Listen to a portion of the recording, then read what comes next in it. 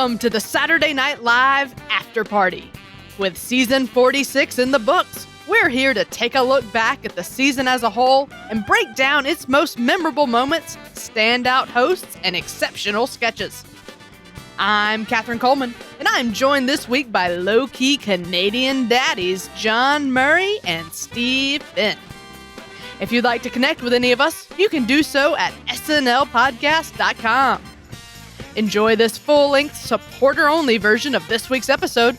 If you like what you see, you can find all of our unabridged, ad-free video coverage of Saturday Night Live exclusively on Patreon and Subscribestar/SNL Podcast.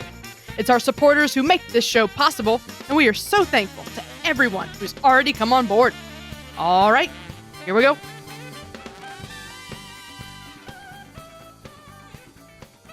Hello, everybody.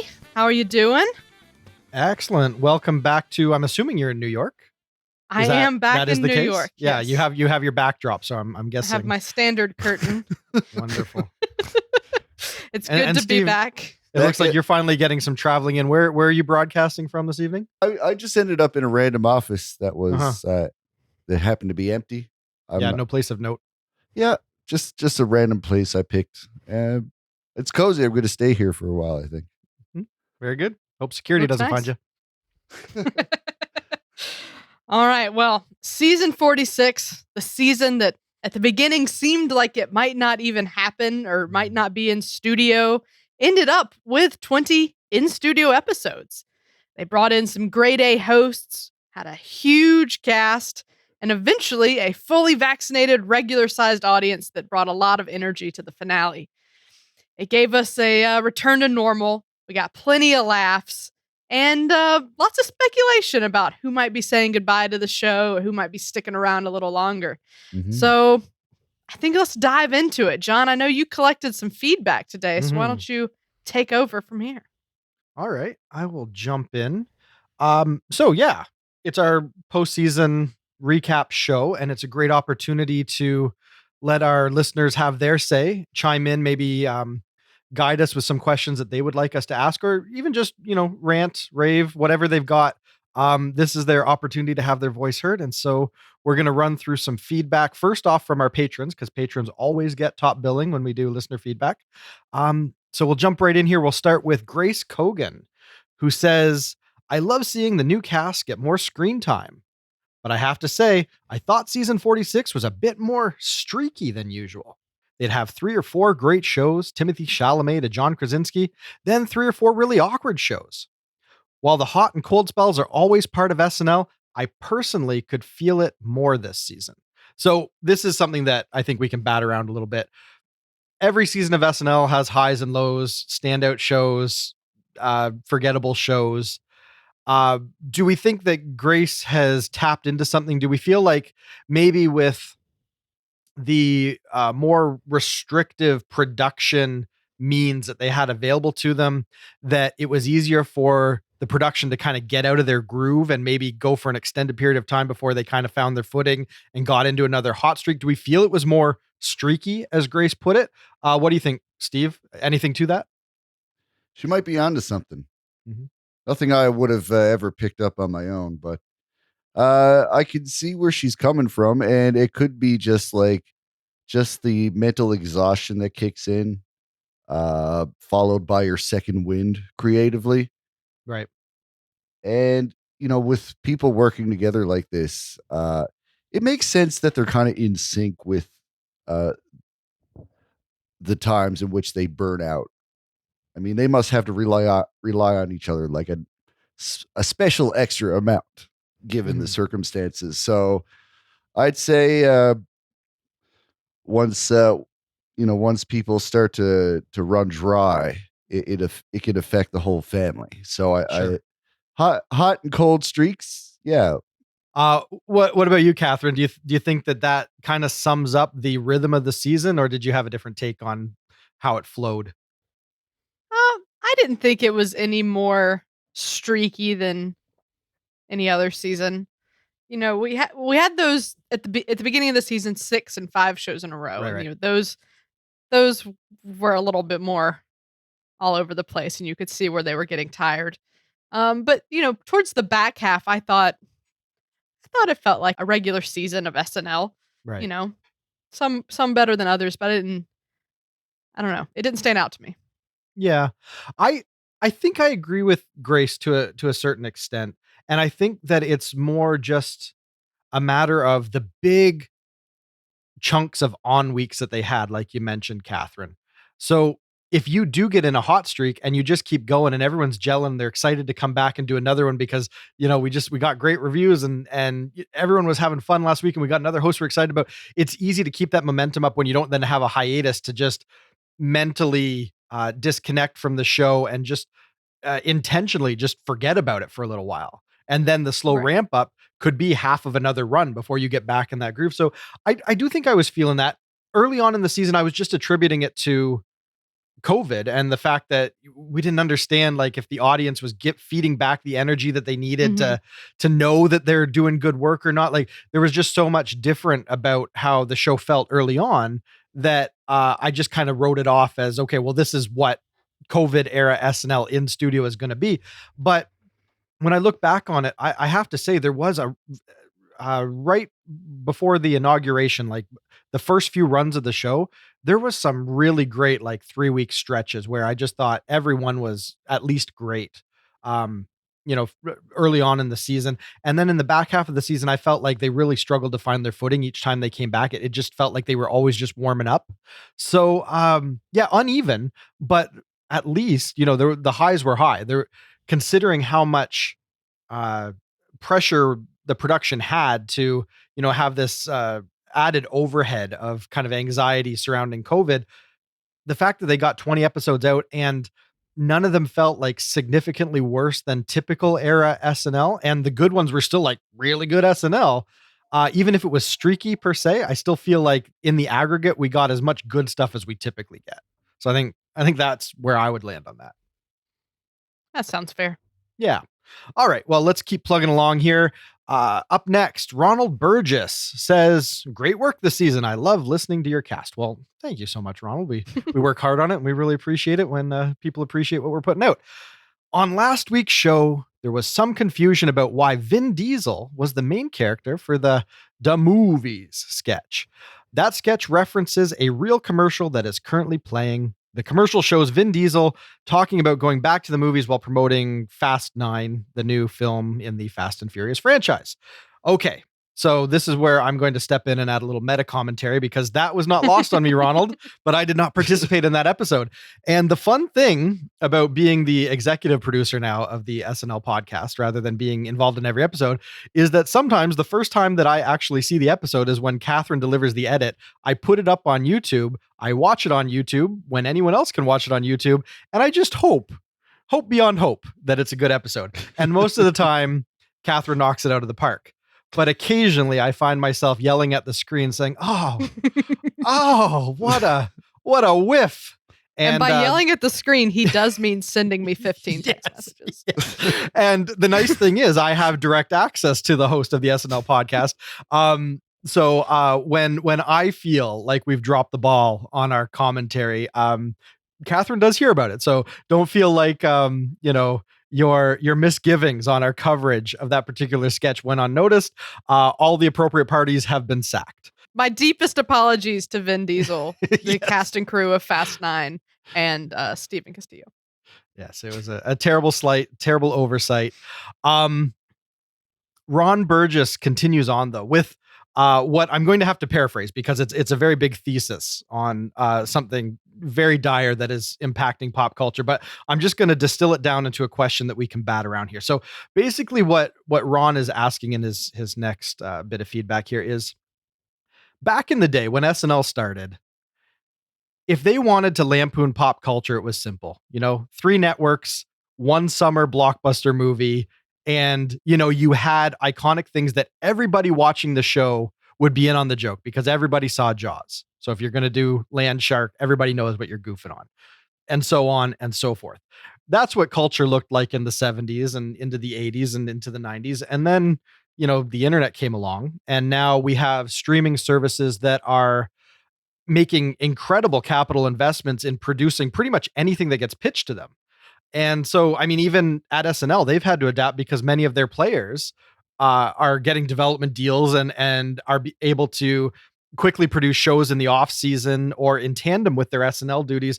So just the opportunity for shows to come out and just the volume of content that's out there. Ron Burgess was pointing out that in this climate with this much content, when SNL lampoons a series, how can they even really expect that the majority of their audience is going to be in on the joke? Like the Murder Dirter sketch, that was lampooning a very specific show. We all kind of just took it to be a genre goof, on those kind of investigator, true crime, or not true crime, but like murder mystery type affair. But no, it was there was an actual touchstone reference to it. So much like we whiffed on Vin Diesel, it's getting more and more difficult to be able to just keep on top of everything that is flowing through the zeitgeist and have a handle on everything that SNL might pick up on that they want to goof on. So how you guys are the ones that carry this burden because you have to comment on everything that SNL produces. Do you feel like we're in an era that is just too packed for anyone to be able to do justice to this? How are we going to evolve with this new content culture that we're living in? So here's the thing with writing topical comedy and anything that is referential.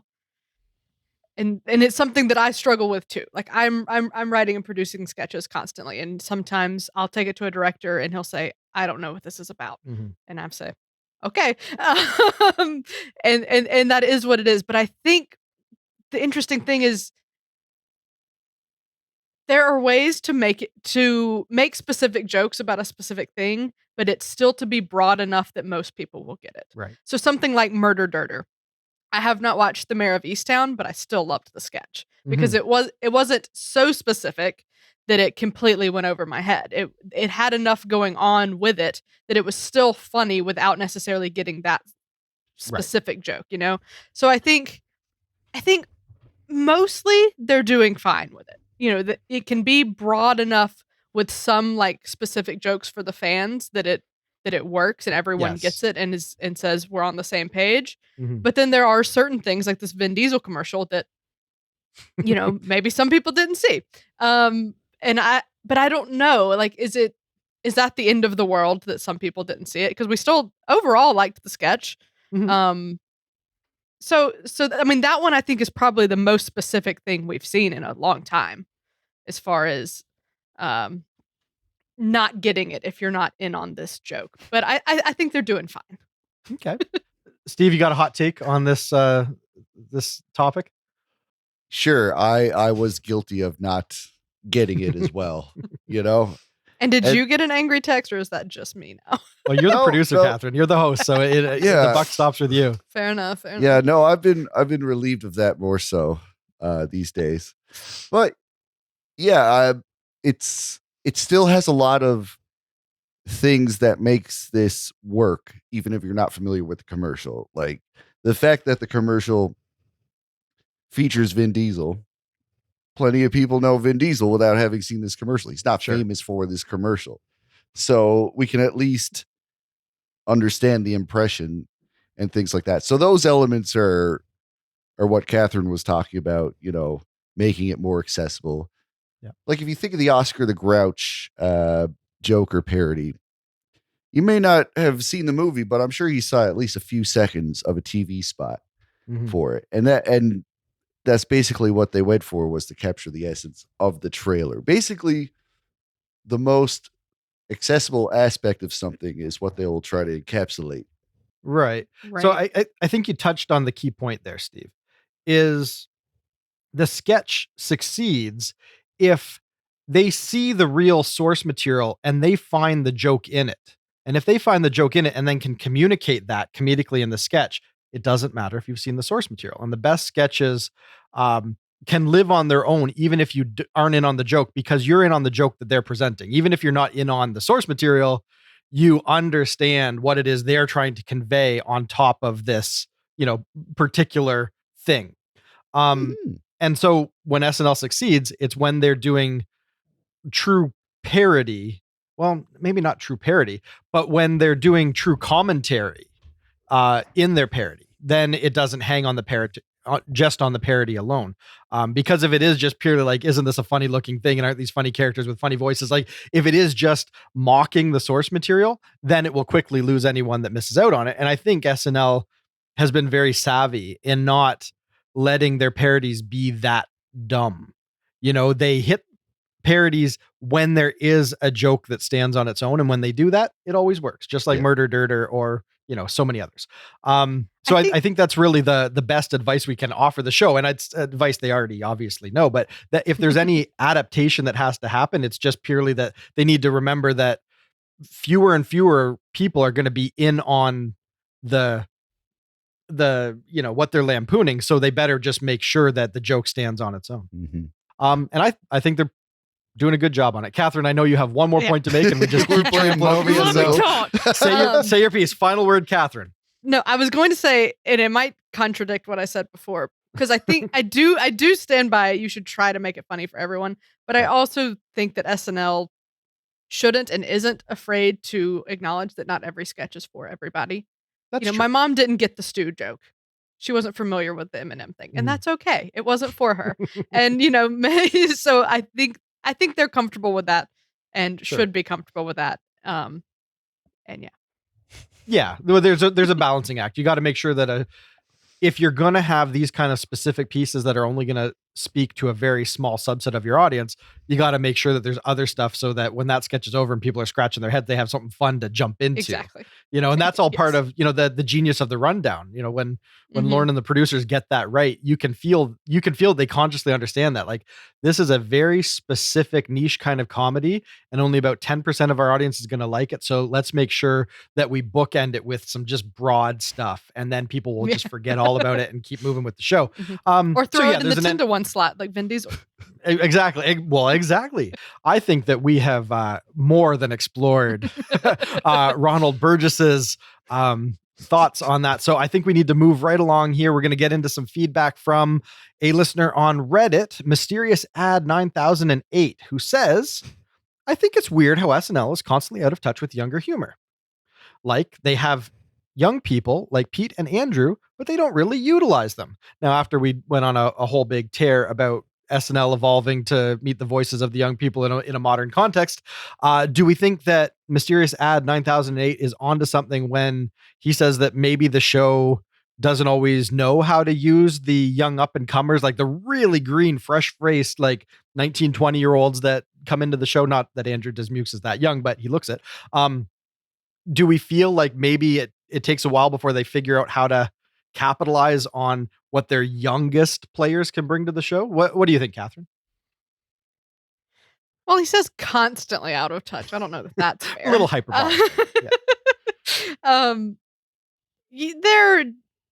There are definitely times where you can cringe a little bit. Like, they tried to do that like meme sketch a while ago, and the young people really did not like that. Sure. So I think sometimes it seems like they're maybe trying too hard to be young, and then sometimes they don't try at all. But I know Gen Z people who watch the show and like the show.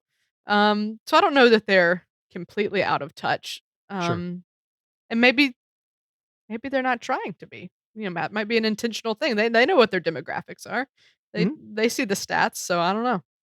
What do you think, Steve? You got any deep thoughts on this? I don't know. Well, you're always going to have a significant portion of your screen time as a young cast member, playing the prom dates and the sons and the nephews. Right.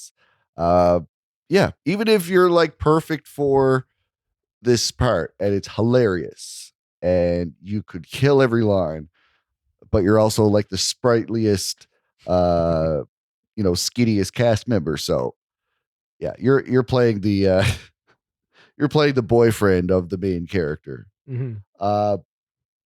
Yeah, sure. That's part of paying your dues, but it can happen to a detriment of your career if that happens too often, because you really want to prove yourself. And coming in as an older white dude, not having to fill any of those diversity roles or any of those niche characters, they have much more freedom to thrive. So it's just another privilege, I guess, of being of that perfect mix of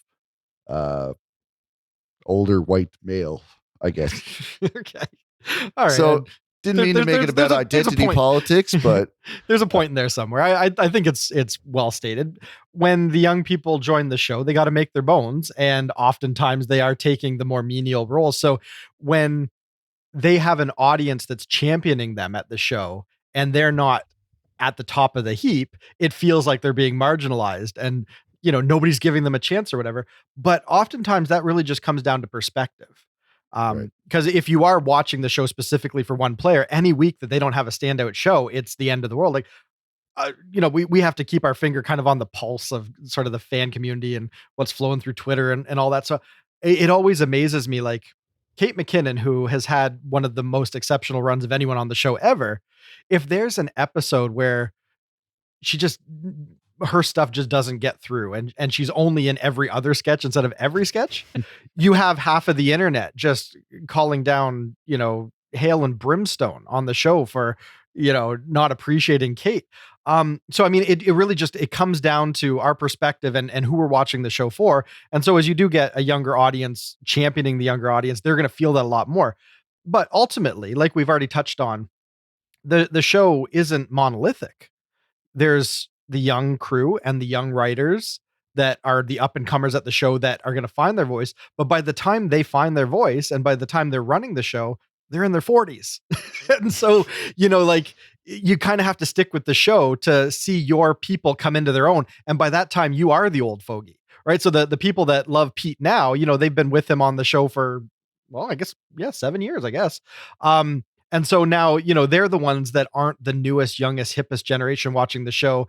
And what Pete's doing is more substantial and more like universal and accessible, and not just the young guy role. So you just kind of have to grow with the show. And if you can take it on those terms and just accept that those players' time will come, and only a portion of any given show is meant to speak to your particular sensibility, then it's a little easier to take. But yeah, if you're a super stan and your guy doesn't get the role, yeah, I get it. That's all there is for you on that particular week. And so it's going to feel like a bummer week. But yeah, we could beat a dead horse here, but that's the nature of the show. It's always been that way. Moving right along, we got some Twitter feedback from T. Jones, who says, would you like new head and supervising writers? And if so, who? I expected Anna Dressen's work to infiltrate more of the show's first acts, but her best work arrived on update. Sudie Green's exit will be felt. Gary Richardson's bigger presence makes me think he'll take her spot. Okay. Big question. A lot of inside baseball there for the folks that don't keep their finger on what's happening in the writer's room. But Catherine, I know that you do. So why don't you tackle this first? Give us the state of the union for the writer's room and where you think things are going.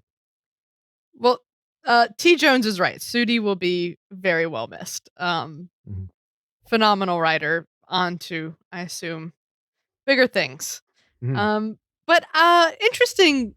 He mentions Gary Richardson because I was watching Michael Che's HBO Max show and noticed that Gary was listed as a supervising writer on it.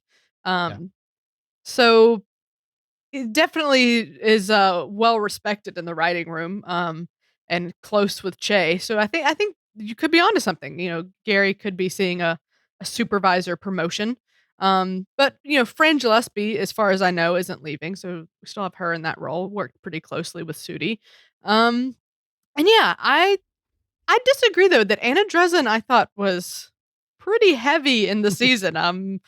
I think it was very infiltrated. Her new role as co-head writer with Michael and Colin, and I was anticipating them to maybe leave after this season, but now Michael Che's all over the internet saying that's not so.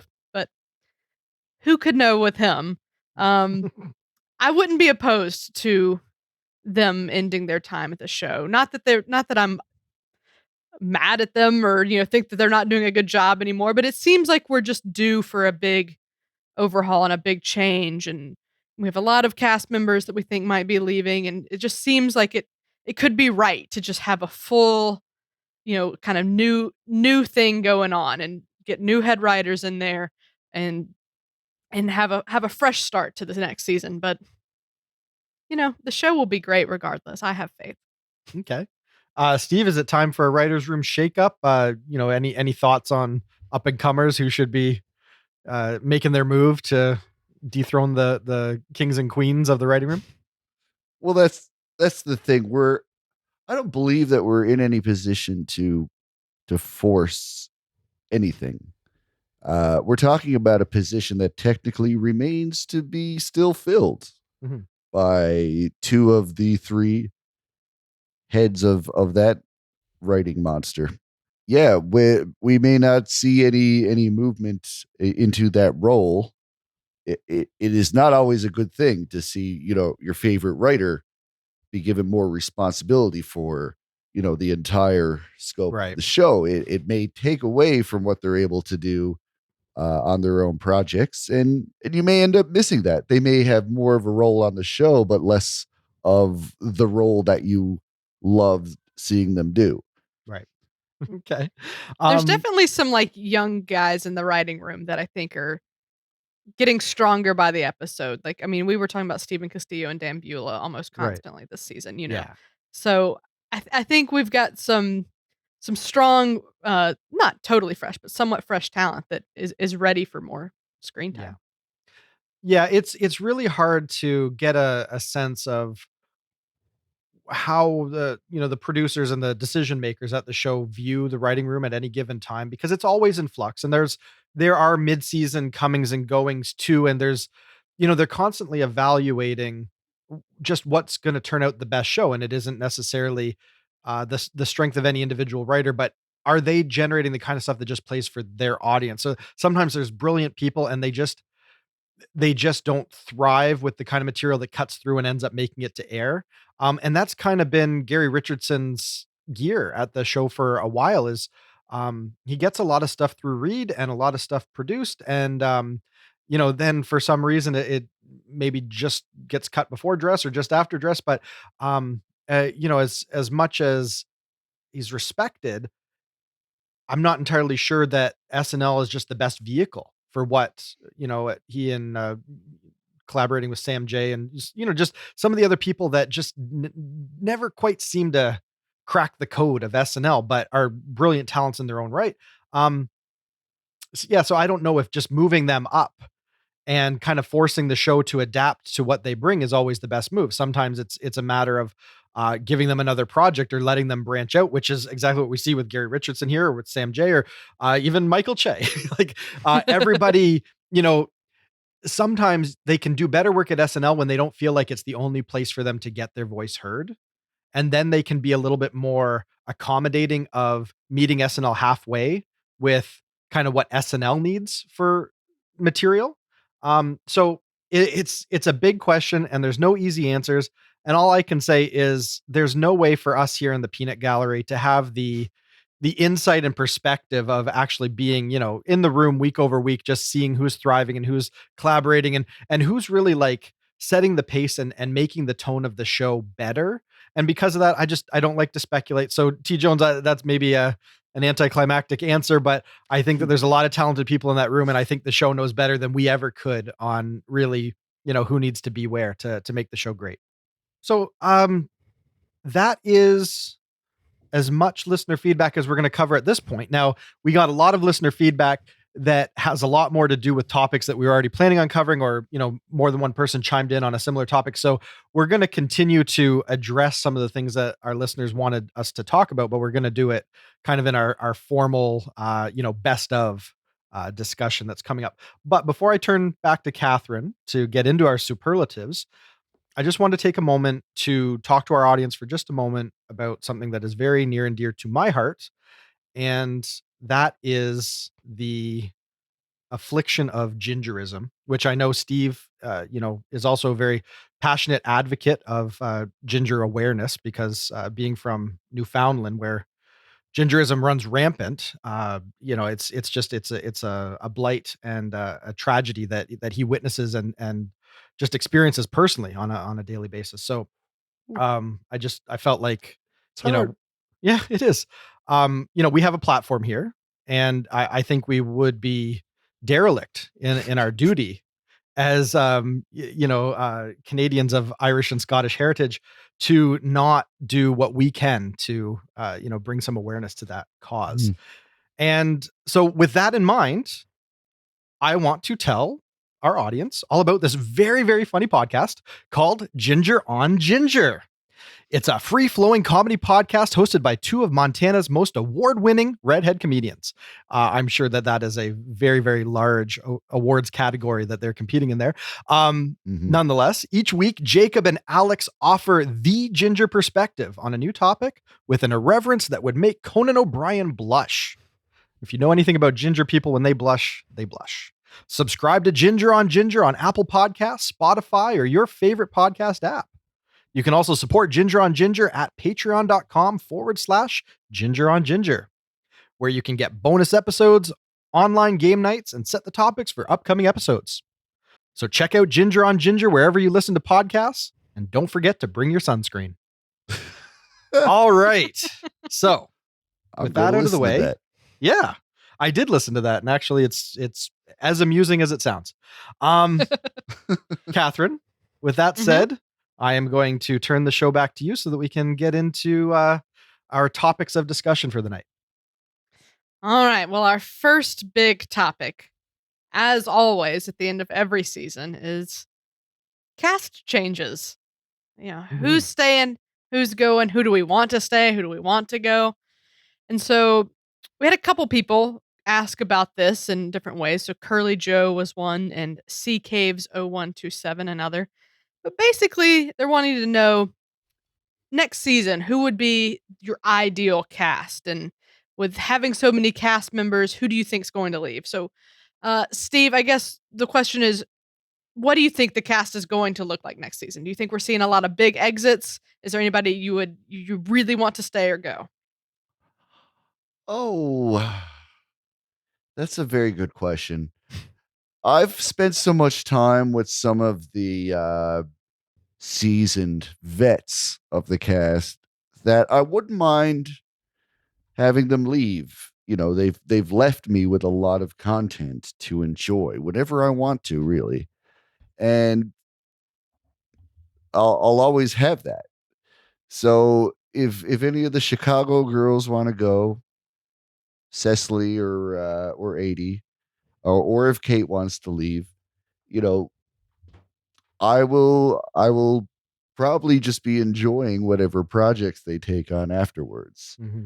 You're right. As much as I will be devastated to see like Kate 80 or Cecily leave, I feel at peace with it.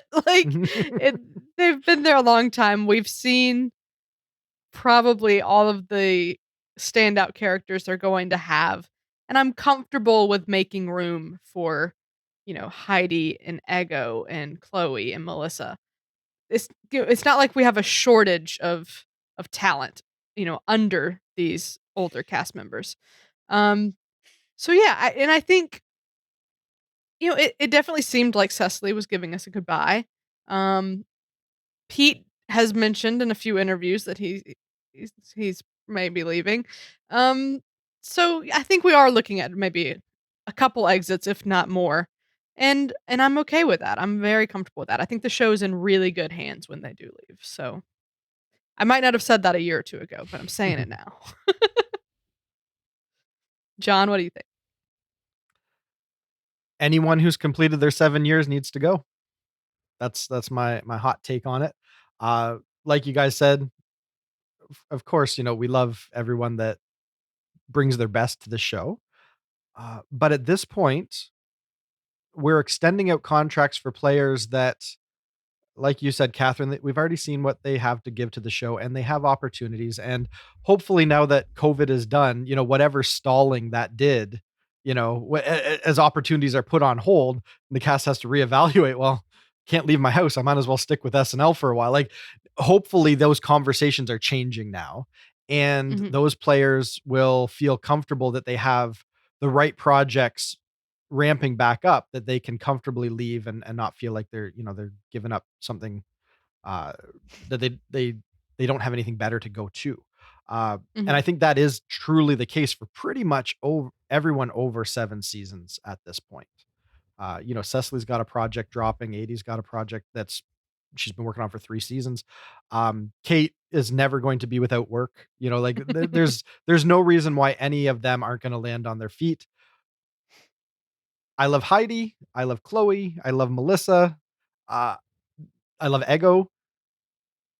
I want to see more room for them. And at this point, there's just nothing else that the top tier seasoned vets are going to offer the show that those guys can't. Mhm. There's a really great crop of mid-contract players that can do all the heavy lifting, and it's really time for them to shine. And I would be more than happy to see that. So if we're hovering somewhere around like 16, 17 cast members right now, if they went down to 12, I think you'd still have a really great ensemble that Yeah. could cover a lot of bases. 7 Yeah. plus. Yeah, 7 You're plus out. out.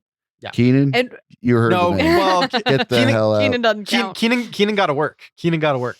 I don't need to see Keenan go, because you do need to have like one consistent generation spanning presence. And he's just, if he's there long after I'm dead, I'm okay with that. There's literally a show called Keenan, right? Yes. But Keenan got to work. We'll see what happens with Keenan, but yeah, if he's the one exception, because he's been there so long, it's just comfortable to know that he's there. But everyone else, yeah, go have fun. Go do something else. We mentioned the girls a lot, but 7 plus would include like Beck and Kyle as well, absolutely. right? Kyle Mooney, Pete. He can direct a stunningly like quirky indie gem. He's shown that he's got a mind for that kind of stuff. So go do that. Mhm. The digital shorts at SNL are just never going to give you the breathing room and the airtime that you're capable of. So yeah, go do something great. Same with Beck. I mean, he's got name recognition now. He could definitely be the dad in a comedy. There's places for all these people. Yeah. Yeah, and then that would give us more Alex Moffat, more Andrew Dismukes. Exactly. Yeah, where was Alex this season? Plenty of people.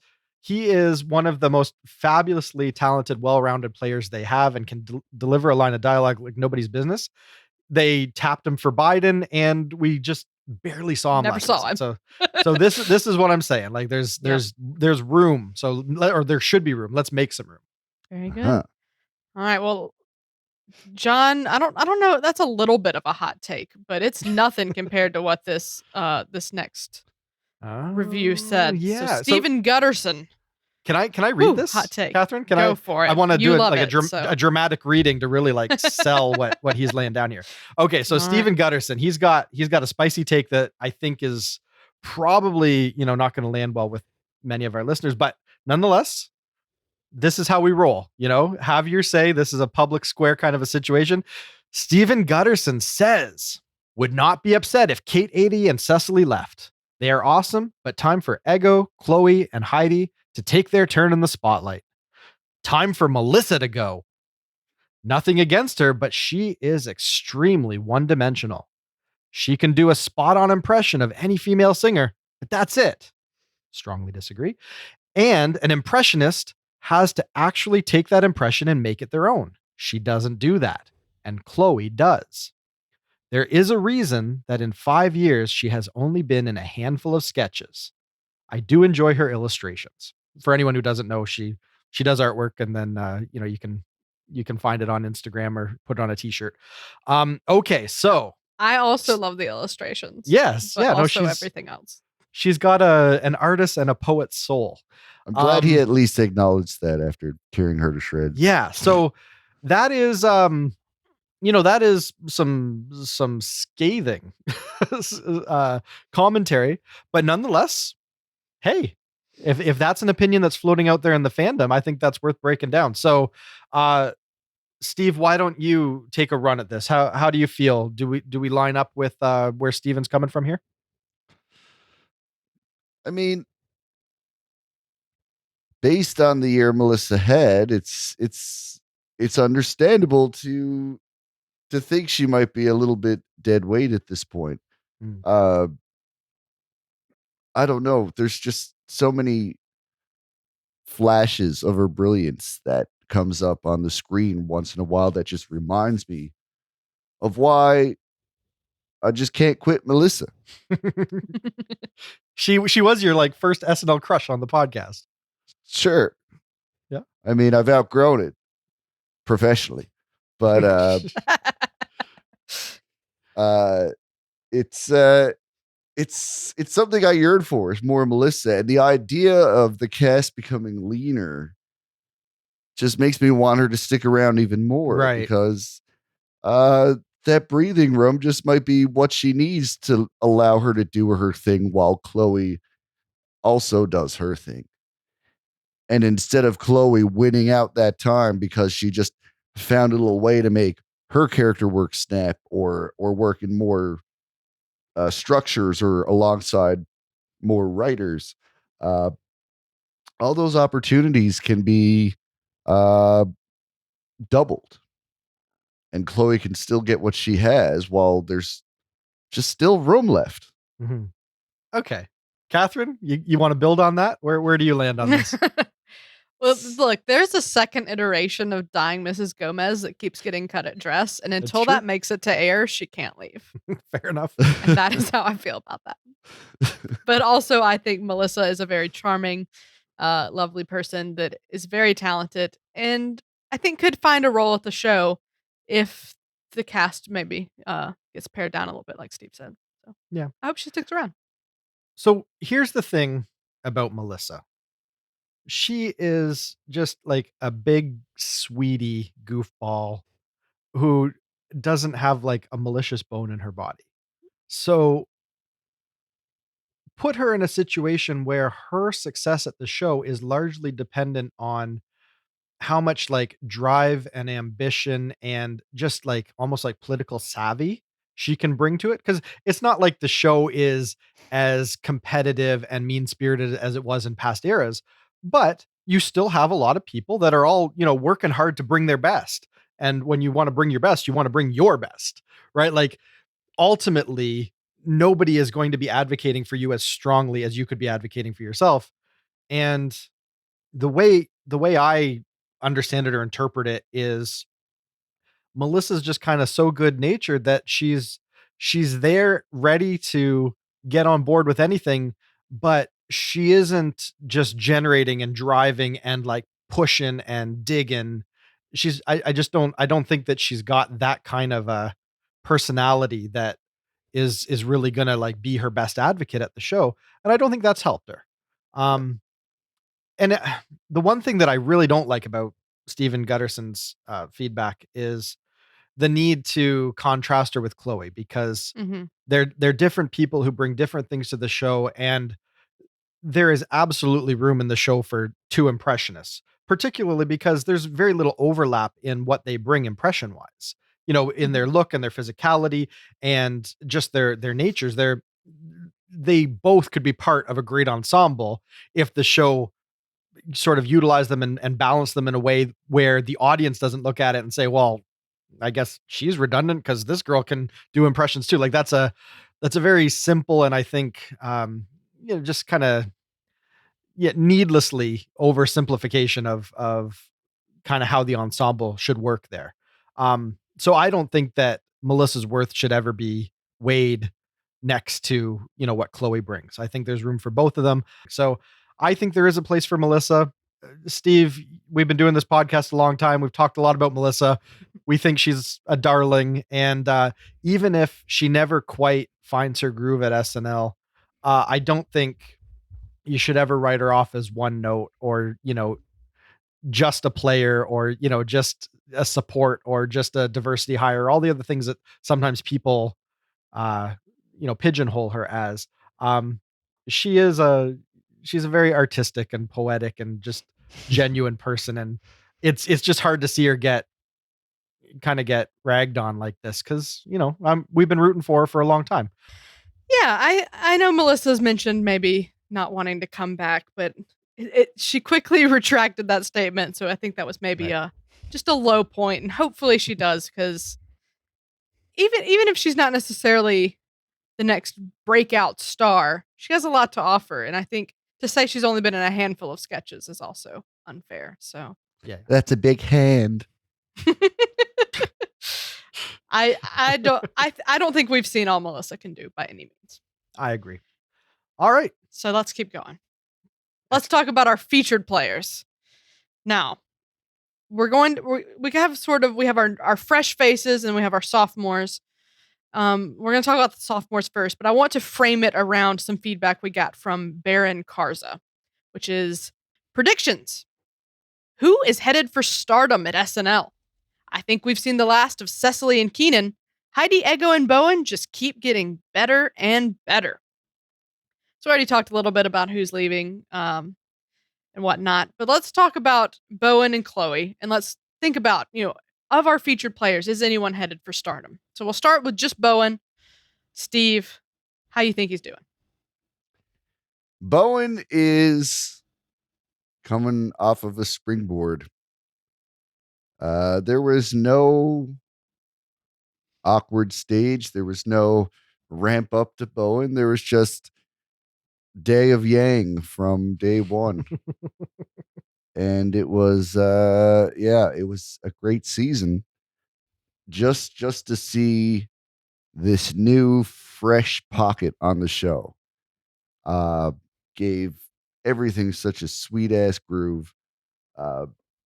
Sewed in through so many sketches, through little bits and bites. If he was not the main focus himself, we got some of the best weekend update material. The list goes on. Yeah, Bowen Yang has more than proven himself to be the next breakout star of SNL. More than. It seems like he can almost do no wrong. Everything he's in works. I think he is incredibly talented. His line deliveries are always just on point. Super charismatic, likable guy. And then we had the iceberg, and that was a standout moment of the season. I think Bowen is going to great places, and I just can't wait to see what they are. So yeah, Bowen gets an A+ from me. John, what do you think? Yeah, gonna move quick on this because we've talked a lot about Bowen just throughout the season because he has been doing all the standout, well, not all the standout work, but a lot of standout work. The Titanic is a high watermark for the update desk this year. Titanic iceberg. He was also like Fran Lebowitz and like other like just unexpected appearances where someone like Bowen, where you would think that maybe there's limited range or like, maybe he can't pull off Fran Lebowitz like Fred Armisen could, but no, that it's all gold for some reason for Bowen. And I don't think there's any question of whether he's going to launch because he already has like the amount of stuff he does outside the show. He was established before he came on the show in many respects. But he's been, featured in tons of, movies and other, vehicles along the way. He's in demand. He's a unique voice and a very just like fully steeped in his comedic persona, right? Like you just say Bowen Yang and people understand the energy that you're talking about.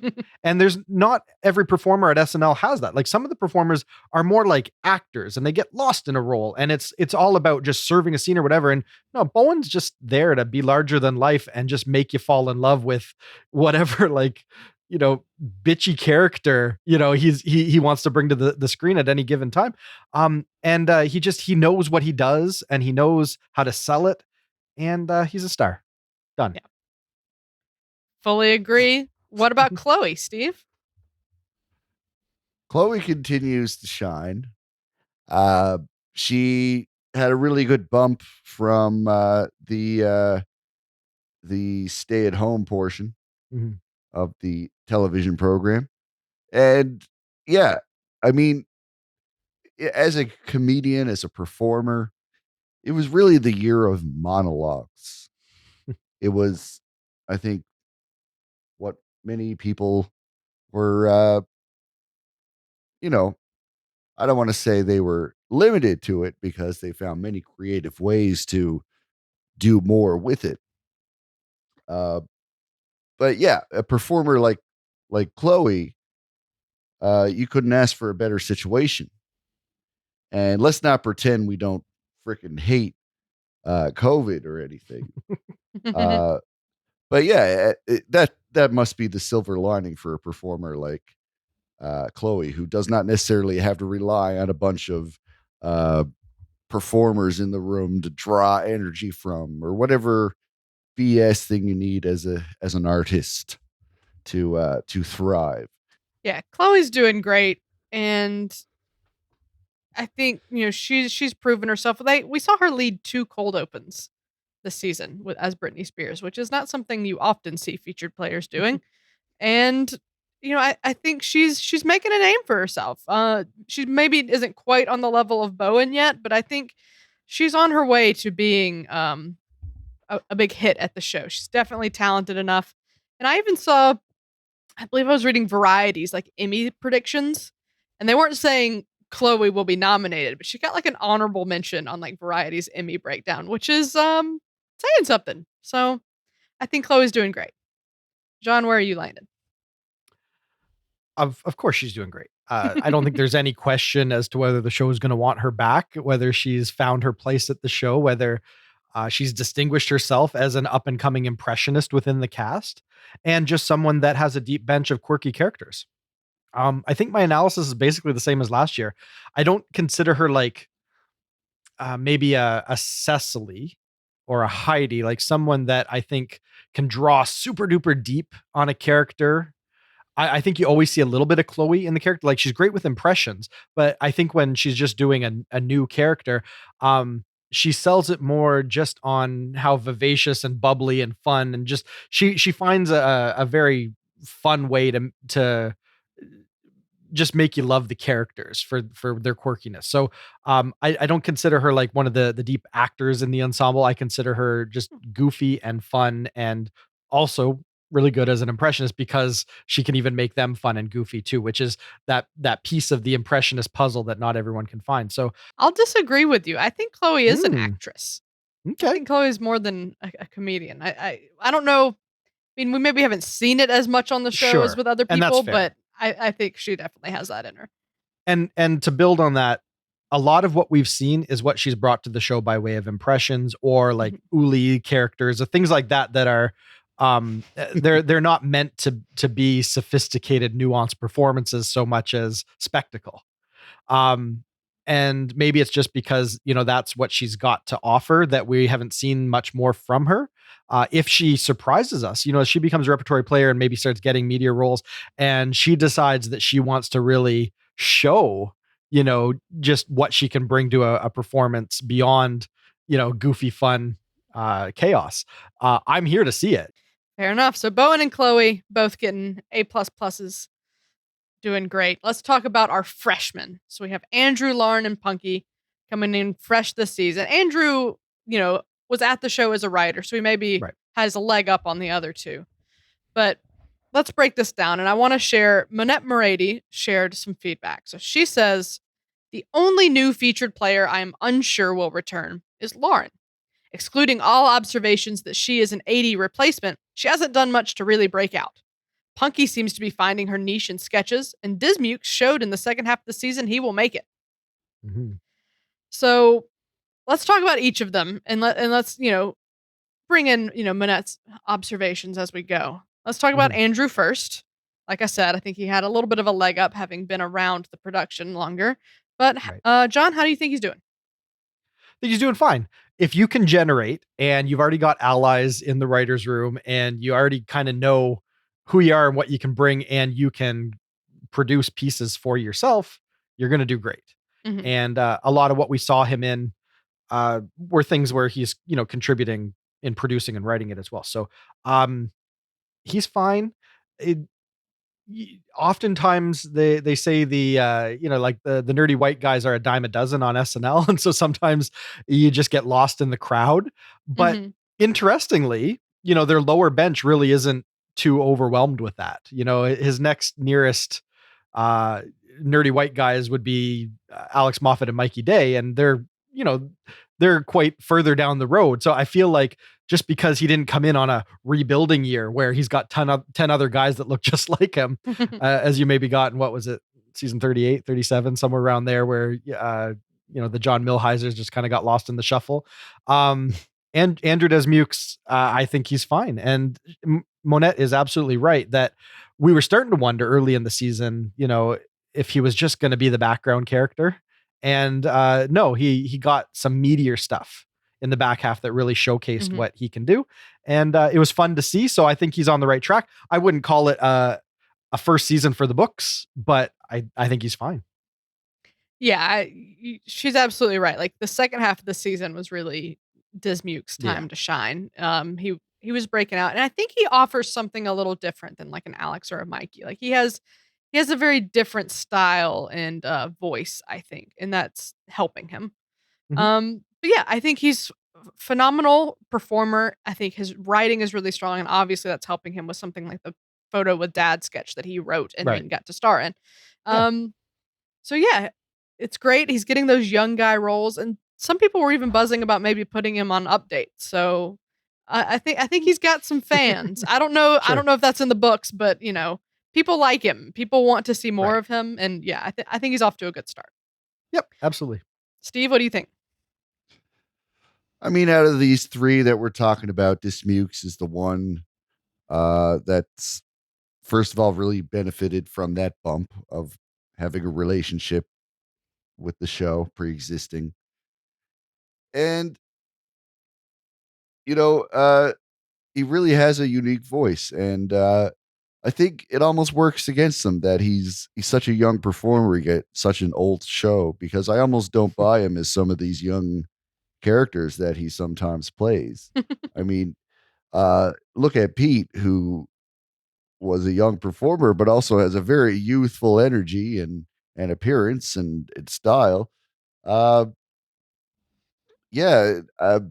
Dismukes just seems like a guy you'd meet at chess club, and it's a totally different vibe, but I'm totally down with it, and it's some of the nicest new fresh stuff I've seen on the show. Fair enough. So Andrew's doing good. I see no reason he wouldn't be here for a second season. No. Yep. Let's talk about Lauren. And I have a lot to say about Lauren. Lauren was easily the person I was most excited about. I watched some of her stuff from before SNL. It was fabulous. She was very genuine. She was acting how I think I would act if I got the job. Like she wasn't trying to play it cool, and I respected that. Like she was in awe of it, and she was excited about it, and I immediately loved that about her. And then she didn't get used very much. I don't think she had the worst first season of people. There have definitely been people that you see less of. She's not like Luke Knoll levels of where is Lauren, but definitely not all over the place. And the thing that irks me the most is the internet's obsession with saying that she's just the AD replacement. Yeah. Because what those people are saying, and this is going to be a little bit of a rant, so just indulge me. And maybe they don't realize this is what they're saying, but what they're saying is that there is only one seat at the table for this 17-person cast for there to be a woman that is above a size 8. And that is just not the case. There can be 2 plus-sized women on the cast, and they are not the same. Like, I don't even think her deliveries are that similar to AD. If you look at their faces, they're really not that similar. Like, she's a white woman, on the bigger end with brown hair, and that is pretty much the end of where they look alike. Like their face shapes are different.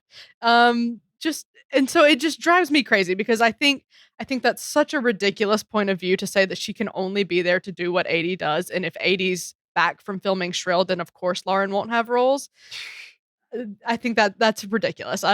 There's definitely more going on with why Lauren maybe wasn't seen as much, and that is not it, because there's room at the table for Lauren, and I hope she sticks around because I think she has great things to offer that we just haven't gotten to see yet. So that's my hot take. John, take it away. Well, I think you did a good job of smacking down the needlessly simple view of how an ensemble works at SNL. Yeah. See, the only problem is Whereas I don't think that comparison is fair either. Like, people generally are hired because they have a presence and a comedic ability that the show feels they can capitalize on. And yes, physicality matters because there's certain roles that are going to, be well suited if you have a certain, look about you. But that's one piece of the puzzle. That's not the all encompassing thing. So if people are just trying to reduce the whole thought process behind Lauren as that, Mhm. yeah, I don't think that that's terribly smart. But unfortunately, we didn't see much of her to know exactly where she is going to fit in. And, Mhm. and I think that if she'd had a better first season, then we'd have more to hang our hat on to say, well, no, look at what she does here and look what she does there. And this is, her value. And we just didn't see enough to know. That said, with the number of senior players that could rightly exit, I don't know how much pressure is going to be on the show to cut her time short in favor of someone else. So, um, my only feeling on Lauren is I don't know her well enough to know what she is, what people saw in her to get her on the show. Like, I watch some of her stuff too, as I do with all the featured players, to try and understand maybe, what scored them the audition or what their magic is. And, she does have some funny stuff, but we just haven't seen how that's going to translate to SNL and where she's going to stand out in the ensemble. So there's just too many questions with Lauren for me to feel confident in her Mhm. place at the show. But if anything's working in her favor, it's going to be that there's hopefully a lot more breathing room for her to take another run at it next season with a much wider playing field for her to hopefully shine in. Mhm. So, we always root for them. And, yeah, I hope that she gets that opportunity to give us something more to root for. Yeah. Steve, what do you think? No one's going to disagree with the notion that she was used sparingly throughout the season. Right. There's nothing really of anything of note other than maybe the the relationship expert that got dumped during her piece. Uh, Mhm. that was probably her biggest spotlight moment. And yeah, that's like one out of a whole season. So we don't have a whole lot to point to and say this is why she's going to do great on the show.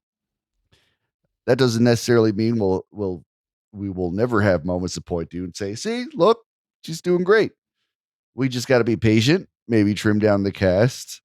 Uh, she never showed much incompetence. I mean, Mhm. sure, these hoops that she was given to jump through were 2 inches off the floor and 10 feet wide.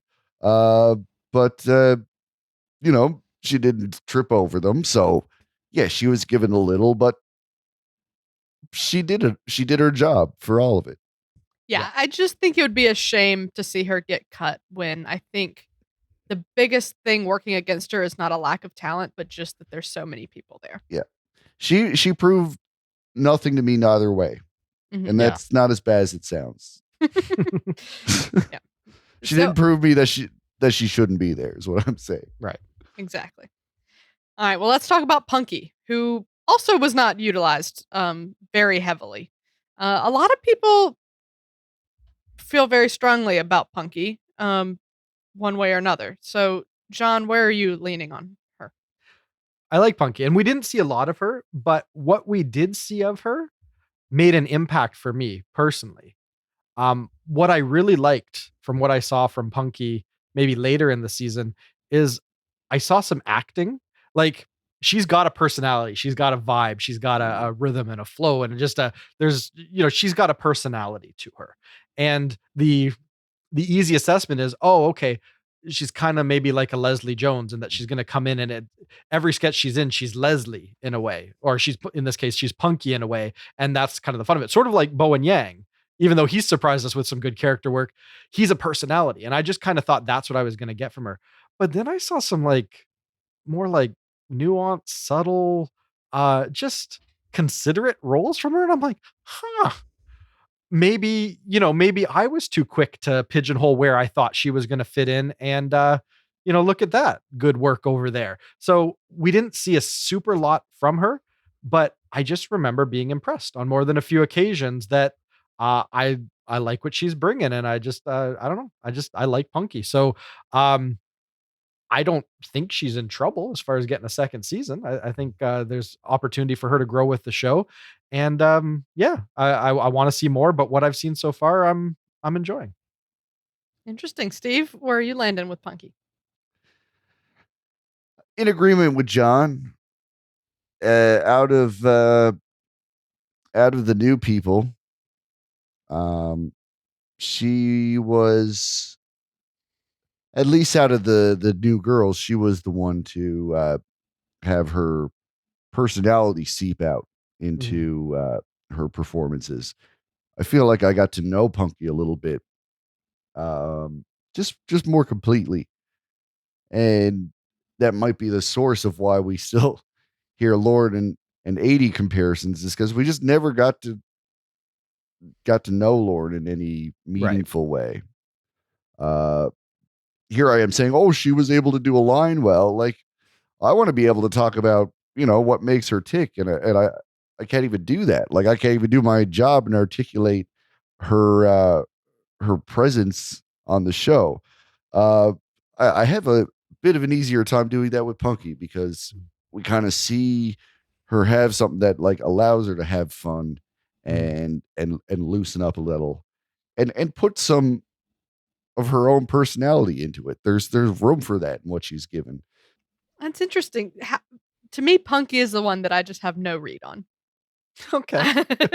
I mean, she was in some things and I thought did a good job in a lot of things. Like, I don't think there's anywhere where Punky wasn't good. It's just, I don't feel like I have a good idea of what Punky's style is or what Punky's voice necessarily is. Sure. So I seem to be in the minority with that. Okay. So I'll accept it. Okay. She seems So- well liked, so So if there's a bottom line to any of this, we want a second season because Yeah. we still need to get to know these guys. That's Yeah. kind of more or less where we're landing with all of them. It wasn't like like Mikey Day had a really good first season. Heidi Gardner had a really good first season. Bowen Yang had a really good first season. I don't think we had anything of that kind of a Mhm. level from any of our newbies this year. So yeah, let's give them a bit more room to shine next year. Yes. and We it's want not season 45, season 2. There you go. Yes. Yeah, because I think the other thing we're saying is they all seem capable and talented. Yeah. There just wasn't room. Yeah, And that's that. exactly. All right. Well, we're definitely running long, so let's get through these kind of quickly. Okay. Let's talk about our season's bests. All right. Up first is moment of the season. Steve, what is it? Oh, moment of the season. Gun to my head.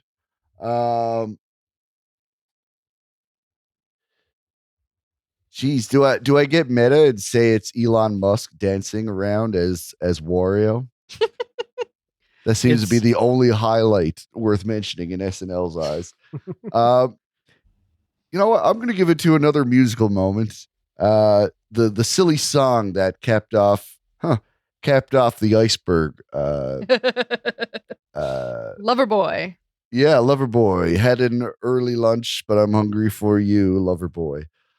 Some of the most random, crazy lyrics to follow a random, crazy bit by the brilliant Bowen Yang. So, yeah, that was a great little moment, and I don't even think I gave that as the moment for that episode, if I even was on that cast. But I'll give it to it for the season because it really stuck with me. Yeah, sometimes you marinate on it a little bit and things start to stand out more than when Yeah. you're talking about it the next day. It started to taste like Montreal steak spice in my mouth. So those marinades really seeped in. I thought about going and I ultimately decided that this isn't allowed, but I thought about saying when Dan Levy was announced as the host. That's a little too meta. It's Yes. a little too meta, so I'm not going to go with that, but it was very exciting for me. That's But an off hours moment. Instead, I'm going to go with the moment in the first appearance of Dr. We Notice where it turned and we saw what the joke was, and Colin said, "Are you okay?" Um, Kate, Kate, are you okay? I just thought that was phenomenal. It made that character just shine and work, and it was maybe one of my biggest laughs of the season. So that's my moment. John, what's yours? Mine's from the Titanic iceberg weekend update feature. It's the moment where Bowen is acting as though he's being drawn into this discussion. Like, I don't want to go back and revisit that situation. But then there's a little turn where he says, "Oh, okay, if we're going to do this, we're going to do this." And then you can see him get like a little emotional, like he's kind of got almost like a little bit of a lump in his throat, like he's just on the verge of tears, and he says, like, "First off, you ran into me." And it's like you get there was so much pitch perfect performance in that moment, and it was something we hadn't seen from Bowen, because a lot of his characters are totally in command. They're there to give you the smackdown. Like, they've got your number. This is why you're the worst, and they're gonna just lay it all out for you with total confidence. That's what, Chen Biao is. But in this one, there was just a little bit of the diva who just gets like emotionally caught up in it and feels the victim. Mhm. And how brilliant is it to find that spin on the freaking Titanic iceberg? And then to realize it with the savvy, the performance savvy, to recognize that that is the funniest way to bring that character forward, to have that moment where they feel they're being attacked. The iceberg is being attacked. That is genius. Bowen is genius. That whole piece was genius. But that moment in it, when it was something so new for a Bowen character at the desk, I ate it up. I loved it. That's my moment. Yep.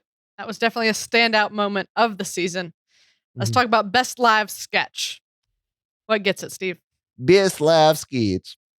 I'm going to give it to Aunt Jemima. Aunt Jemima was dealing with subject matter that was, I think it's almost like a responsibility of SNL to cover stuff like this. It's the kind of stuff like you go into your office and it's you keep your opinion about it to yourself. You don't want to start anything, so it's just something you hold on to. You turn on your TV late at night and you have an outlet to deal with some of these issues of race that are popping up in the narrative of media. So yeah, SNL is doing the ballsy thing as it should, and taking this on, obviously through the brilliance of Dave Chappelle. So there's that going on for it, but it was just a funny sketch in how it derailed. Like, I really liked how they broke the fourth wall and started talking about Pete Davidson's lips. There was just some really hilarious stuff there. And yeah, it's kind of a guest writer situation with Neil Brennan working on this.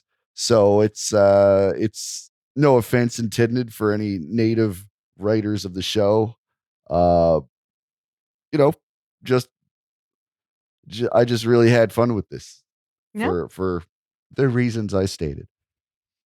Yeah, that was a very good sketch. I had trouble with this category because I just thought most of the breakout moments this season were pre-tapes. Mhm. Like, I looked back through everything I gave best sketch to, and like 90% of them were pre-tapes. Right. So of the live sketches that I thought were great was the supermarket sweep, the wooden signs one, Eggo's immigrant parents, and then the Grinch, which was Sure. I forgot about, but was hilarious. I think Wooden I'm going signs to. were amazing. I'm gonna go with the wooden signs. It just tapped into something that was so true to me, especially like I was just home in Alabama. My mom's got more and more every time I come back. Like, they're all about her dog and they're all about sweet tea. and then there's like random crosses everywhere, despite the fact she's not that religious. So what about like, her dirty house and promiscuity? Where's I'm that buying sign? that for her birthday, which is this month. Okay.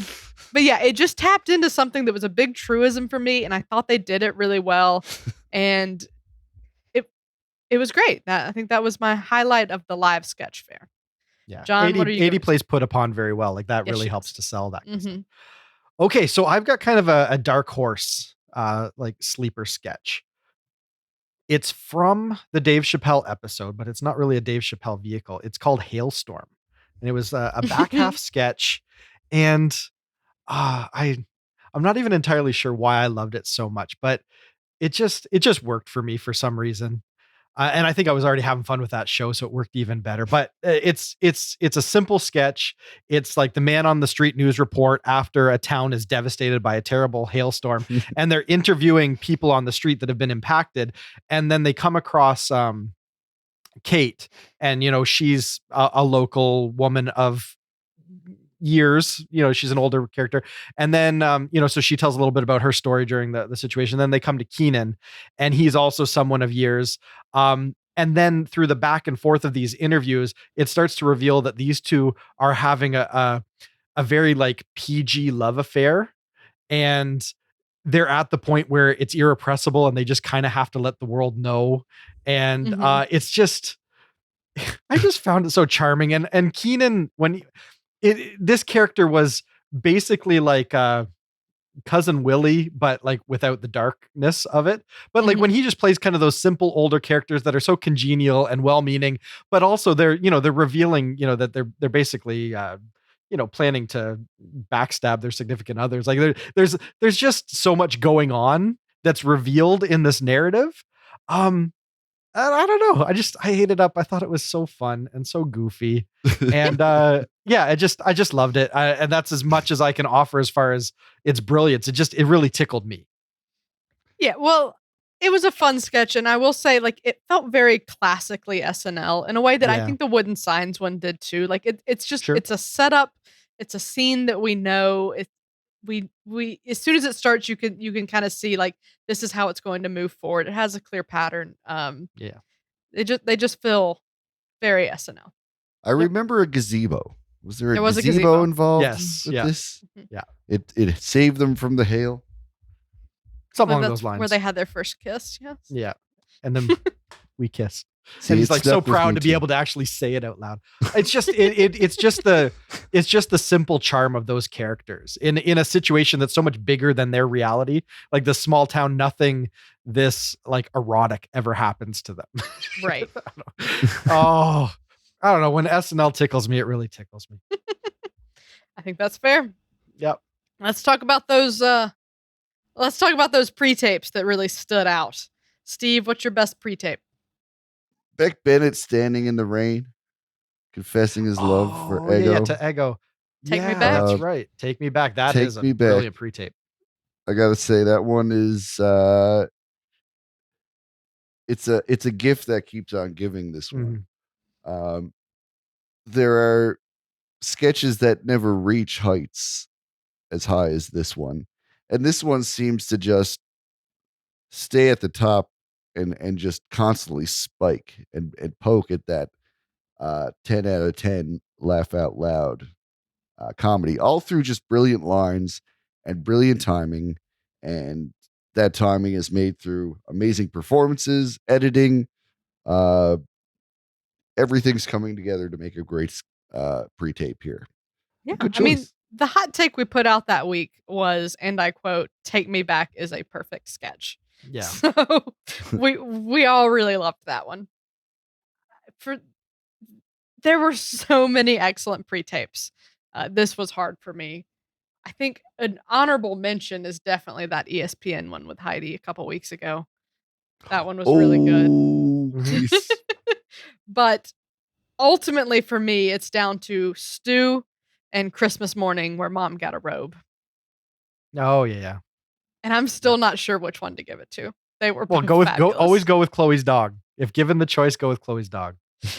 I was leaning towards Christmas Morning, so not because of the dog, although that is a strong contender, just because once again, It felt very true. It was something I got to laugh at my mom with, and what more could I ask for? It was so high energy and so clearly the standout of that episode and immediately shareable and can rewatch it every year at Christmas and it's going to be fabulous. Yeah, Mhm. I'll give it to Christmas morning. I think that's a good one. We talked about Castillo and Beulah earlier already, but I mean, knocked it out of the park with these. And yeah, that was one of the best ones. So, Yep. John, what's your pre-tape? Okay, so the right answer is Take Me Back. But the pre-tape that I had the most fun with was Tiny Horse. I feel like that was just delightfully unexpected and quizzical, right? Like, what is the horse? And you just, because they play with scale and they kind of do the reveal in a weird way, like you don't quite understand really what the tiny horse is, and then you realize there's nothing to understand. This is just glorious stupidity kind of wrapped in like serious over the top emotional like melodrama. um and I just sometimes it's not any one thing about a sketch like the perfect writing and craft of Take Me Back. Sometimes it's just how much I'm grinning at the end of it. And Tiny Horse, like I said, when SNL tickles me, it really tickles me. And this is another moment where, yeah, they just got me. Yeah, that's another one with Castillo attached to it. So big season. Really great stuff. Tiny Horse was another high contender for me. So Yeah. You know what I liked about it? It was on the wrong show.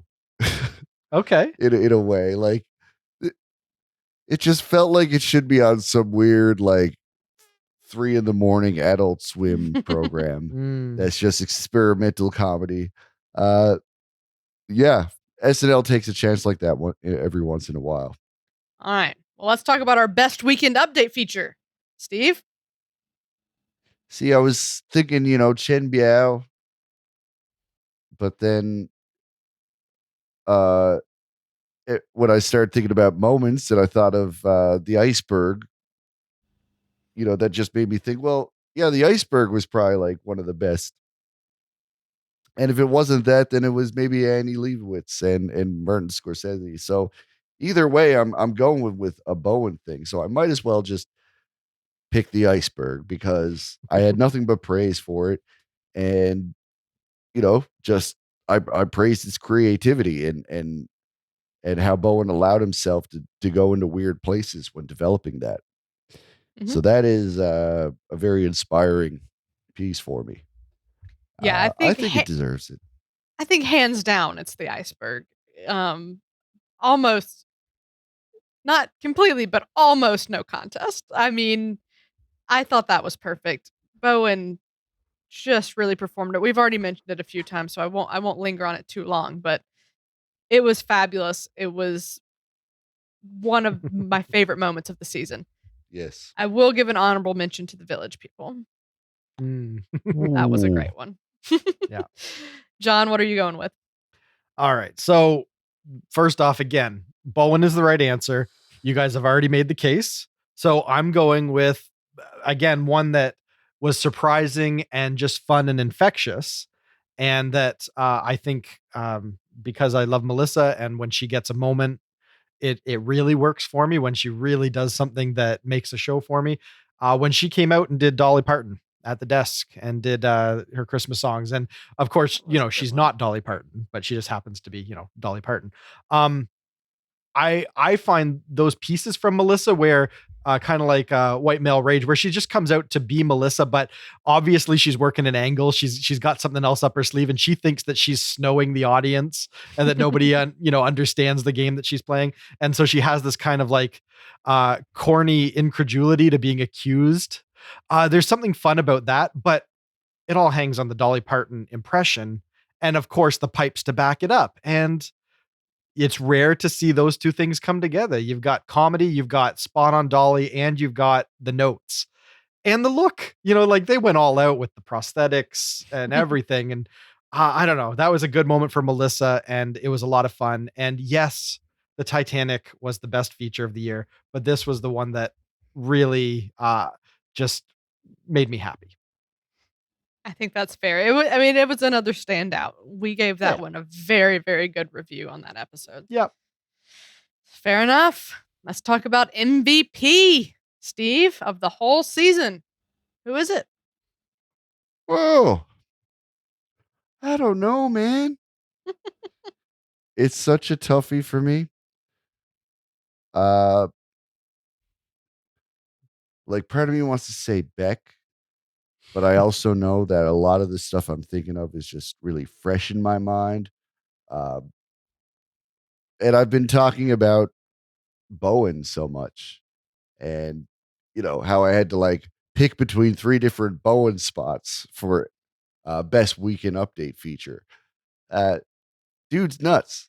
Dude's crazy. And yeah, I think I want to give it to Bowen just because he continues to just make SNL feel brand new to me. There's Good. there's the Becks and the Kyles, and yeah, they got their own unique stuff. But they've been brought in to fill holes that were left by other cast members. The Lonely Island crowd getting replaced by Good Neighbor. That was, that's a decision you can follow. Bowen is just this new appendage onto the show that's like, they weren't looking for the next Taran Killam or the next Right. Jay Farrell. They just found a beautiful baby Bowen Yang and nursed it into an amazing comedy force on the show. So yeah, how many times can we say Bowen's name tonight? Sure. But I'm not going to give it to Bowen. I'm going to give it to Ego. And I don't have all the numbers to back this up, but Ego was pretty present, and I thought everything Ego did was fabulous. And she brought her own take to it, her own voice, and I felt like she was all over the place. And just throughout the season, I kept saying, Ego's doing great. Ego's having a great season, and I stand by that. So even though, I maybe don't have a top list of top 5 Ego sketches ready, I do feel very confident that she was the standout of the season and was doing great work. Mhm. John, who is it for you? Yeah, you're not wrong about Ego. She took a big step up this year in how much material she was able to push through that was right material for her. Like she got a recurring character, Dionne Warwick. Like Mhm. that's no small feat in modern SNL to kind of find a vehicle that has legs and a character that is so fun that you can throw any celebrity at them and their cluelessness will kind of carry that. So that was big for her. And yeah, some of the more poignant social commentary she was at the forefront of too. And some of the raps, you're right, she's all over the place. So she is definitely an honorable mention for me, but I'm going to take a slightly different tack. I'm giving it to Pete. I think this, of all the seasons that Pete's been on, this is the most Petey of the seasons. He And I came think into it this season. Yeah, this was him at the top of his contract, finally being, I hope, a little more even keel and stable just, in his life. Coming off like big movies, like the guy's not suffering from self-esteem issues at this point. Like he is established way more than you would have expected him to be at this point in his life. And on the show, he brought a lot to all the raps. Like you think about just how many like rap musical type things they produce now, and between him and Chris Red, they're driving a lot of that stuff. He was the Grinch. He is Chad. He is at the update desk. He is now being utilized in much more adventurous roles than they would have given him previously because he's not cracking up. He's doing sketch comedy and he's doing it well. Yeah. So I don't know if it's MVP or most improved, but this was a victory lap for Pete in a lot of ways. After such a rocky up and down, like, how does Pete fit into the show? Like, there's been so many questions surrounding him and just even just where he's at personally. To see him on an upswing and just really own a season felt good. Yeah. For attendance alone, he's improved. Yeah, there you go. Yeah. Definitely improved. Like I think the only time I can think of that he broke was the Count Chocula thing, and Yeah, but you blame have him. to. Yeah. So, and then we saw Pete get some impressions that were pretty good. So he definitely had a good season. Yeah. All right, Steve, what was the best episode? Gonna give it to Dave Chappelle. That was a fun episode.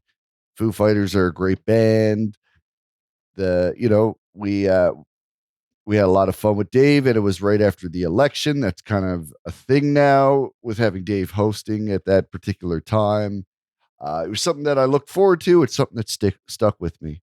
That was a real event, and you know, uh, it didn't cost me any money like the Elon-Musk episode. So I remember it more fondly. Fair enough. I'm gonna go with Chalamet and Springsteen. I thought that was a really strong episode. I remember it quite fondly. I think there were, there's 3 or 4 sketches I remember that I still really enjoy, and not every episode of SNL has that many that stand the test of time. So I thought it was great. I really, really enjoyed what Timothy brought to it, and yeah, it's you can't miss with Springsteen. So that's mine. John, what's yours? Those were both contenders. I'm glad that you guys covered them because that'll let me go down my list a little bit and do an honorable mention more than anything. I really liked the Adele episode. And I don't think it was necessarily absolutely the objectively top episode of the season, but I found her to be a surprisingly game host. When you have a musician come in, especially someone who publicly struggles with like nerves and that kind of stuff, like you just wonder, what are you going to get? And she impressed. And on top of that, there was some really fun standout moments.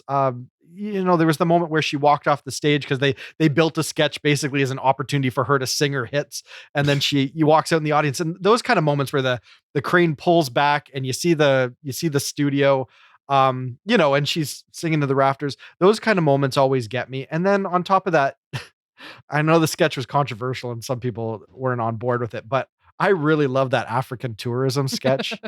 I know that they were having so much fun with it, and if you can just get past whatever social detriment it may be feeding into, I like that kind of stuff. So that whole show it just kept perking me up and handing me something that I don't see as much of on SNL as I'd like, and for that I walked away very satisfied by that show. Fair enough. That was quite the argument to be made. Let's talk I about like what I best like. host. Steve? Let's talk about hosts, baby. You know who I thought was a great host? Mr. Krasinski.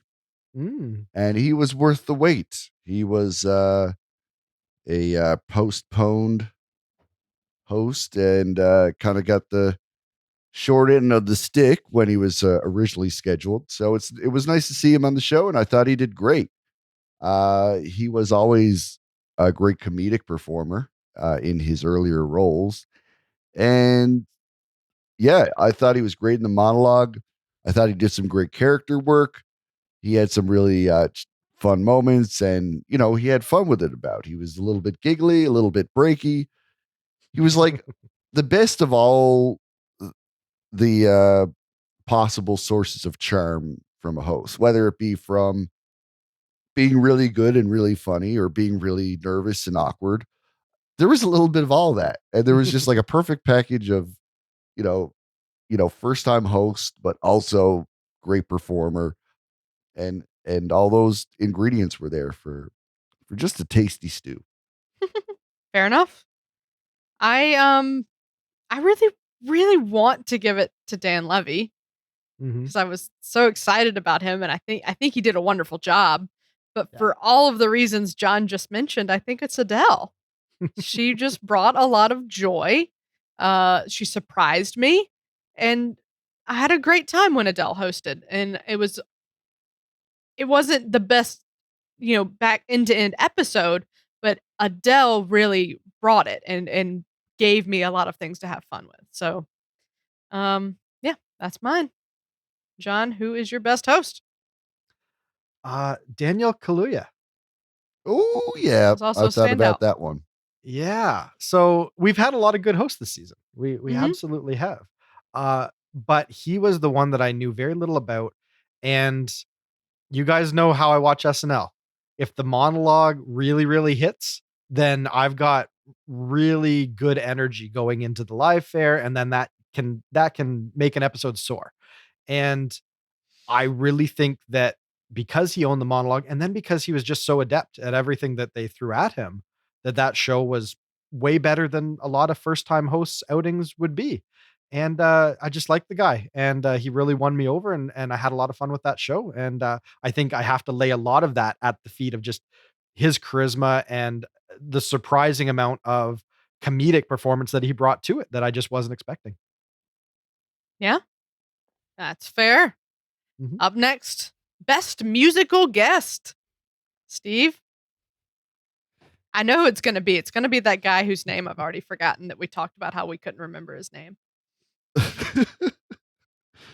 Who? With the curly Nathaniel hair. Rateliff? No, the curly-headed rapper guy. Oh God, was he Machine a Gun puppy? Kelly? No, not No. Machine Gun Kelly, the other one.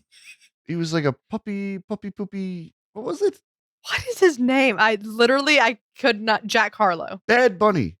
No, not Bad Bunny. Oh, Jack Harlow, the Harlow. one we thought was like a We thought was going to be a country man. country star and ended up being a rapper. Oh. Oh, right. yeah. Yeah, I won't be picking that one myself. I think I might go with St. Vincent.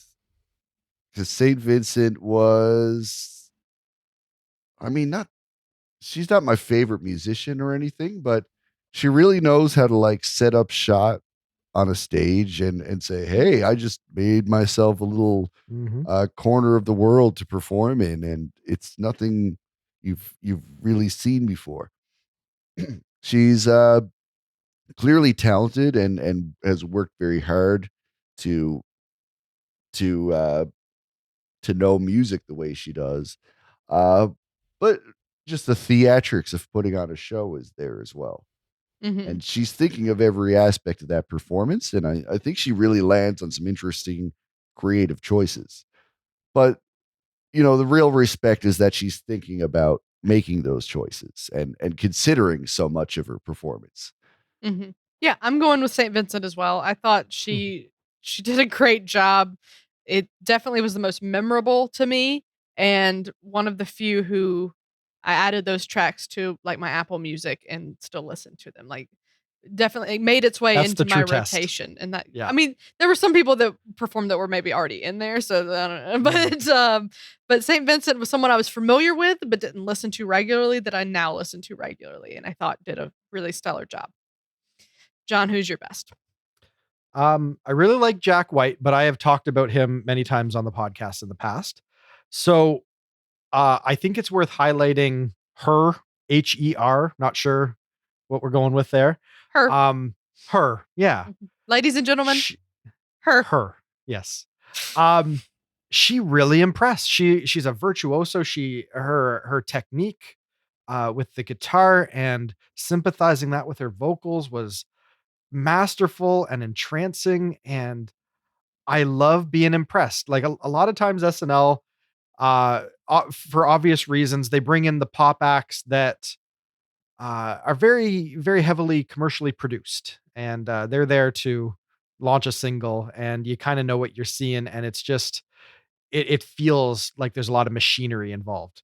And then someone like her comes out on stage and just says, "Yeah, I'm probably the best musician you're going to see for the next several years, and just get on board with it now because I got the chops to prove it." And she just told me that in no uncertain terms, and I enjoyed watching it. Fair enough. Beautiful, man. All right, let's wrap this up on Please. the big one. Yeah. For season 46 as a whole, on a scale of classic, great, decent, weak, or train wreck, how would you rate it? Steve? It's a classic for sure. Just because we always were amazed about what SNL does and the amount of time that it does. And we're always like, hey, that process is so amazing. And we've always seen like how fragile it is. Like we've seen how they get like the set in place with just like a fraction of a second to spare. uh, you know, just seeing how much they're already flying by the seat of their pants to get the show to work. And then you throw COVID in there, and then they go back to work and try to do it around that. If you're already like just interested in viewing SNL through that lens, this has been probably the most interesting year for you as a fan. Yeah, because we already know, like all of us, we know how hard it is to make this show, and that they're doing it on hard mode. They probably didn't consider a higher difficulty setting of this video game of life they turned on. But yeah, this is nightmare mode. That's true. Yeah. Yeah, they started out with audiences that weren't really given much to them, which they eventually even mentioned in the finale. Yeah. And that's something I didn't even consider, like just all the socially distancing and constantly testing and the amount of toll that takes on your psyche when trying to just get the show together. But yeah, then just to not have a decent audience for to react to all that hard work, it's got to be really discouraging. Yeah. And plus, I mean, I think they weren't doing these sketches without masks until dress rehearsal. Like they weren't seeing people's mouths until that point. Yeah, they definitely had a lot they were working against. And if you want to give that handicap, I think then yeah, it's a classic. But I think if you just look at what we got, I'm feeling great. But part of that's just because I don't know. I think I'm scared to give anything a classic. It feels like too high of praise. I don't know. But I think it was definitely a great season. Not a lot of episodes that were, just we didn't give anything like a week or a train wreck. Or I didn't. Lots of really, really good hosts, great moments, fabulous pre-tapes across the board. It's great, leaning towards a classic. We'll see what John says, and then maybe I'll amend what I thought. John, where are you landing? No, there's no controversy here. The fact that they chose to go back to 8H and attempt to put on a show that looked and had the scope and scale of regular SNL, that was audacious a year ago when they doubled down on that and committed to that. Mhm. And if you look at what was going on with the rest of late night television or daytime, anything that wasn't like, a scripted comedy, nobody else was doing anything like that. It was remote, like Skype style interviews. And, everything on TV kind of looked like our podcast.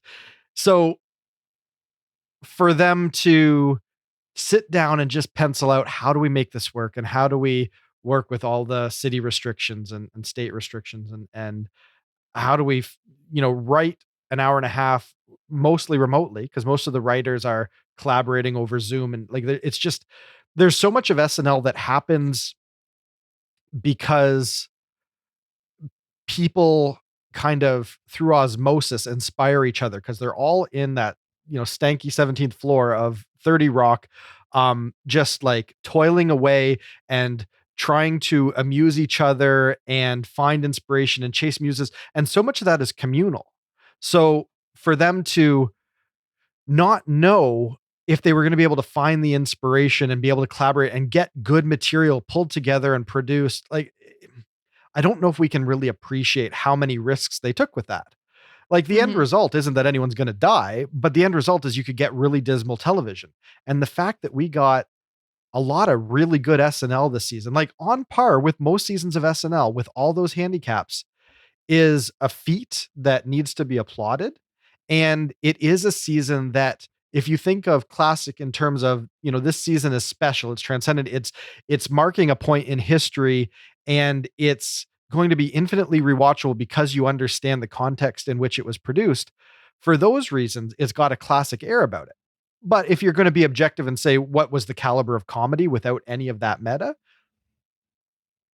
I think it's super high decent because it was so uneven. It was a very front loaded season trying to capitalize on the election. And I don't think that they've have great political commentary that they work into their cold opens, and the stunt casting remains. Like there was a lot.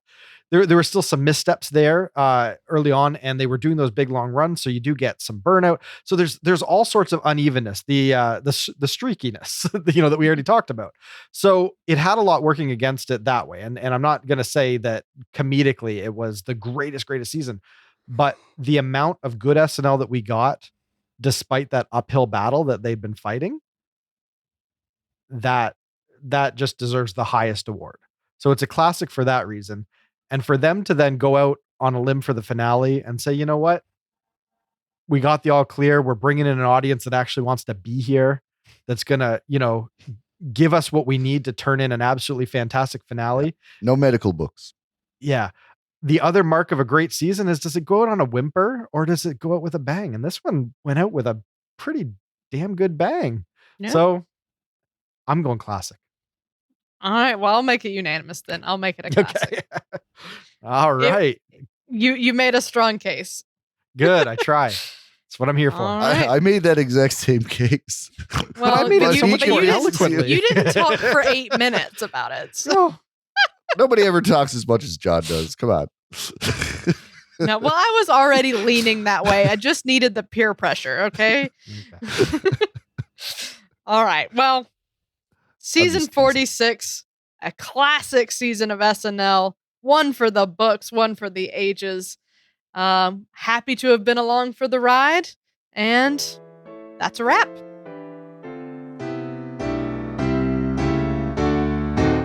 Thanks to Steve Finn and John Murray. And thanks as well to our most generous patrons, Sam Bowers, Neil Weinstein, Justin Gardner, Grace Kogan, and Brian Clark. If you're enjoying our show, please subscribe on YouTube or wherever better podcasts can be found. Your subscription helps us grow, and your support is greatly appreciated. We'll be back throughout the summer with more fun SNL content, but until then, this has been episode number 140 of the Saturday Night Live Afterparty podcast. I'm Catherine Coleman. That's my story, and I'm sticking to it.